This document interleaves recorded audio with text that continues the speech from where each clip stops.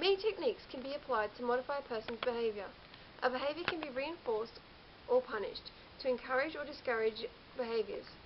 Learnt behaviours need to be generalised or taught for specific situations, while other behaviours need to be removed altogether. Specific combinations of behaviour modification principles apply to different behaviours. Hello, I'm Bronte and I'm a second year psychology student, and I will be focusing on changing a person's fear of dogs based off a previous intervention that I have done, through the principles of extinction, reinforcement and generalisation. In order to reduce a phobia, the principle of extinction is used. Extinction aims to eradicate the anxious feelings and behaviours associated with fear. For example, the participant in my intervention described an increased heart rate, being sick in the stomach, and he felt stiff when he was around dogs. As they hoped to get a career with animals, it was important to them these feelings stopped. In order to extinguish their fear, I used gradual exposure.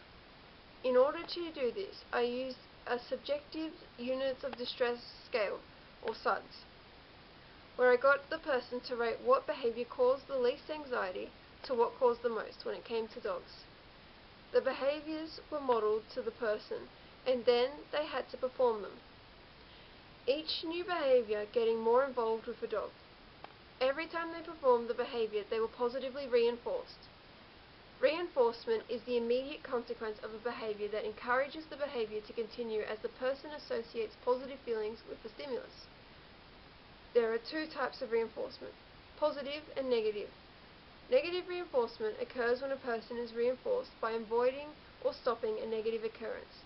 Before my intervention, my participant avoided dogs in order to not feel anxious, or when they escaped from them, they felt relieved, which further encouraged their behaviours.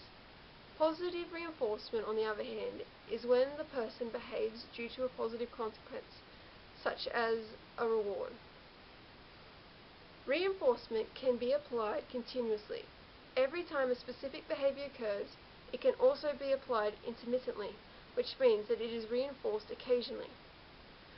For example, when I attempted to reduce a person's xenophobia, I used packs of trading cards as an intermittent reinforcement, as only some contained rare and unique cards.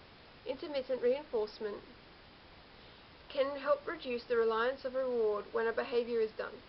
To reinforce a person to a desired behaviour, the reinforcement must be immediately after they perform the behaviour, such as when they initially interact with the dog. When applying reinforcement for behaviour, you must be careful not to serve as a conditioned stimulus. If a person is not afraid of dogs when other people are around, but is afraid of them on their own, people serve as a conditioned stimulus. In order to prevent this, you would get the person to reward themselves when other people aren't around. Another potential occurrence is that only some things trigger the person's behaviour.